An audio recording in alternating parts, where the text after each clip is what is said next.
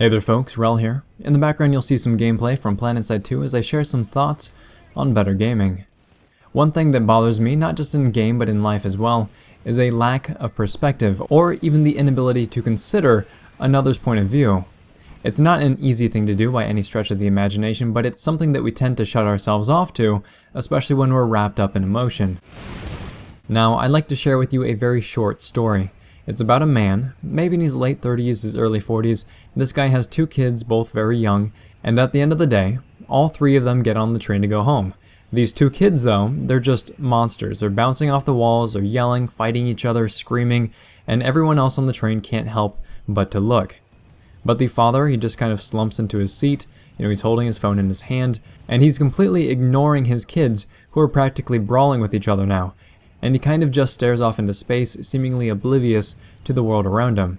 The shouting and the fighting and the rudeness goes on for a minute or two after the train leaves, and obviously, people are starting to get really annoyed. Eventually, someone speaks up and says to the guy, "Excuse me, what is the matter with you? Can't you control your children?" The man kind of wakes up from his blank trance and he responds, "Oh, I'm sorry. They just told me that my wife died in a car accident."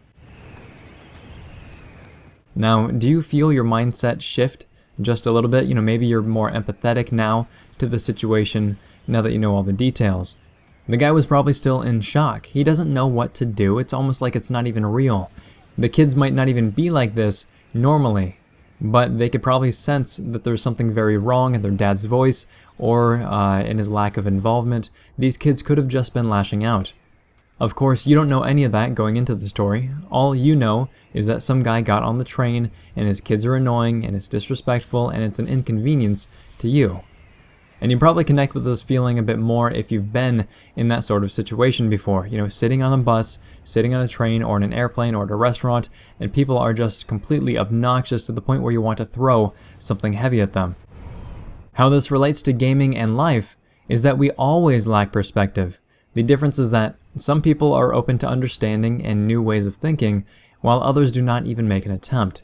They're content to stand by their own ignorance and drown out the voice of others because they refuse to gain a sense of understanding. You see this a lot when it comes to elitism in gaming. And it's funny to call them out like this, but I've noticed it a whole lot with some of the dedicated ESF pilots in PlanetSide 2. Not all of them, of course, not nearly, but enough for it to stand out as a proper example. You have these pilots who have dedicated hours and hours and hours to becoming exceptionally good at the air game. And as many people have experienced, there is an extremely high skill cap there. If you're good, you can be really good. On the other side of the token, many of those same people spend so much time in the air that they're completely out of touch with the current state of the rest of the game. This causes problems when things need to change. The advice that these experts can offer becomes very one-sided when the whole picture is not taken into account. If you take the new pilot experience, for example, the two most common pieces of advice that I hear from an experienced pilot to a non-experienced one is that either A, you need to keep practicing and just deal with it, aka learn to fly, or B, go to the VR or to the test server and find someone to dogfight over and over and over. The problem with that advice, a lot of the times, is that it doesn't reflect how things actually play out in-game. The majority of skilled ESF pilots in PlanetSide 2 right now started learning back when the game first came out, back when the air game was extremely unbalanced. Pilots basically had free reign of the game back then thanks to rocket pods, on top of very few people having access to burster maxes, lock-on launchers, skyguards, and other counters to air. These pilots basically started learning the air game back when it was still possible to do so. So from a new pilot's perspective, they can't just jump into an ESF and do the same thing, because you have all sorts of counters, you have a server culture that's evolved to deal with airborne threats, you have high-skilled ESF pilots outright camping warp gates. It's a nightmare. And it's not to say that it's impossible, it's just 20 times harder now than it used to be. So there's a sort of disconnect there. There's a lack of perspective on the behalf of the skilled pilots, these same ones who feel like they've been getting shafted when the skill floor is lowered to cope with the needs of newer players. They oftentimes ignore that the entire game has evolved well beyond what it used to be, and are more inclined to turn their noses up, backed by that elitist mentality of, "I'm good because I learned to be good, and if you can't do the same, then you don't deserve to fly." Like I said, not all pilots, not even close, because many of them actually have an ear to the ground. They understand that the entire game has evolved, while others just want to sit and preach about having to walk uphill both ways. On the flip side of that, there is a such thing as too much information, to the point where it can be difficult to find out what correlates to what, difficult to find the right cause and effect. This oftentimes leads to an illusory sense of perspective in one light or another. And not to bash on the PlanetSide 2 devs, because they bust their metaphorical balls to make this game better no matter how you look at it. But even so, there is a reason why people call them out continually for relying on numbers alone to make changes to their game, or they say that the devs don't even play their own game, or that they're out of touch. The devs have access to all of the information in the world. They can pull stats in from anywhere. How long you use your weapon, which loadout items you have equipped, and if I recall correctly, they've even recorded a whole battle before and then translated all of the player movements and actions into bots who are then able to reenact that exact same battle internally.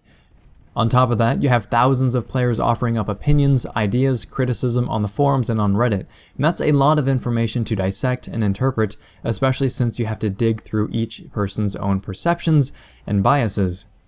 And even with all of this information, you won't know how the player base is going to react to a change. You can't know all of the reasons why something happens the way it does. Even the vocal players who themselves think that something is a really good idea at the time have been known to double back and complain about the very change that they suggested be implemented. No matter how much you cross-reference those complaints to the statistics, it's only going to give you as much perspective as you let it. In this sort of situation, it's useful to find a trustworthy outside opinion from a person or a group of people that you can rely on. People who can help you frame what you think you know and give another perspective and additional context. If I get really sick, right, I start puking everywhere, I could think back and say, oh, it must have been the really bad Chinese food from last night, and then leave it at that. Or I could go to a doctor, and he might tell me that it's actually because my appendix ruptured. That said, what's worse than having too much information and having to sift through it all is when you gather just enough to make it seem like you have a grasp on the perspectives of others, but you're only doing so, really, to reinforce your own bias. I may be making that sound a little bit more complicated than it is, but an example of that, and something that annoys me to no end, are the people who constantly complain about their faction being underpowered, and the evidence they use to back up their statements is oftentimes shallow. They feel like they have enough, they know enough to have gained an educated opinion and a proper perspective, when in actuality, it could not be further from the truth. Say that someone primarily plays NC, right? They're going to complain about their faction being weak, or that their weapons are being underpowered, or that they're way too hard to use, and more times than I can count, the evidence they use to back up the claim is that they decided to make a TR or a VS character, and they happen to get a higher KDR. Now, assuming that this is true, the argument still does not stand on its own. I primarily play VS, as many of you know, and even at battle rank 84, my KDR is still lower than my NC character Wrel plays and my new TR character, Vengeful Wrel. Does this mean that VS is underpowered? No, not at all. If I start the game playing VS, I'm going to suck as a player and slowly get better over time. Naturally, as I become better at the game, or at least better at killing, my KDR is going to go up. So of course my NC and my TR characters have a higher KDR, because I created them after I already had a grasp on the game. That's just a vague example, but it could be also that TR and NC weapons simply work better for me as a player, or it could be that the population imbalance on my server makes it easier for me to get a higher score. It could mean 100 different things, but if I walk into it with a biased opinion, without proper context, and just say that this is what happened, so obviously it must mean X, Y, or Z, that's a severe lack of perspective. That lack of perspective will make you a worse player over time, as you find the faults and you find the scapegoats and quote-unquote reasons why something is overpowered. The players around you are just going to continue to grow and become better and eventually move past you. There's an interesting quote by Alexander Pope that says, "Some people will never learn anything because they understand everything too soon." When I do weapon reviews, I share my own experiences. I share what I think I know and what I think I've learned. That doesn't mean it's right. It just means that I do what I can with the perspective that I've gained. Even when I say that this is the weapon, this is what it does, this is how you use it effectively, there is no doubt that there is someone with much more experience using that weapon that I could learn from. I could plug my ears and say, la la la la la, I'm not listening, you don't know what you're talking about, or I can say, if you have any strategies and techniques that you'd like to share, please do so in the comments down below.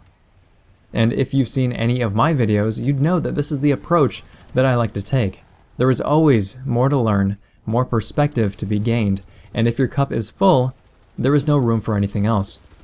If this video has been interesting, helpful, or entertaining, please feel free to like, subscribe, tell your friends about the channel, and if you have any thoughts you'd like to share on perspective, or lack thereof, leave those in the comment section down below. Thanks very much, folks. Wrel signing off.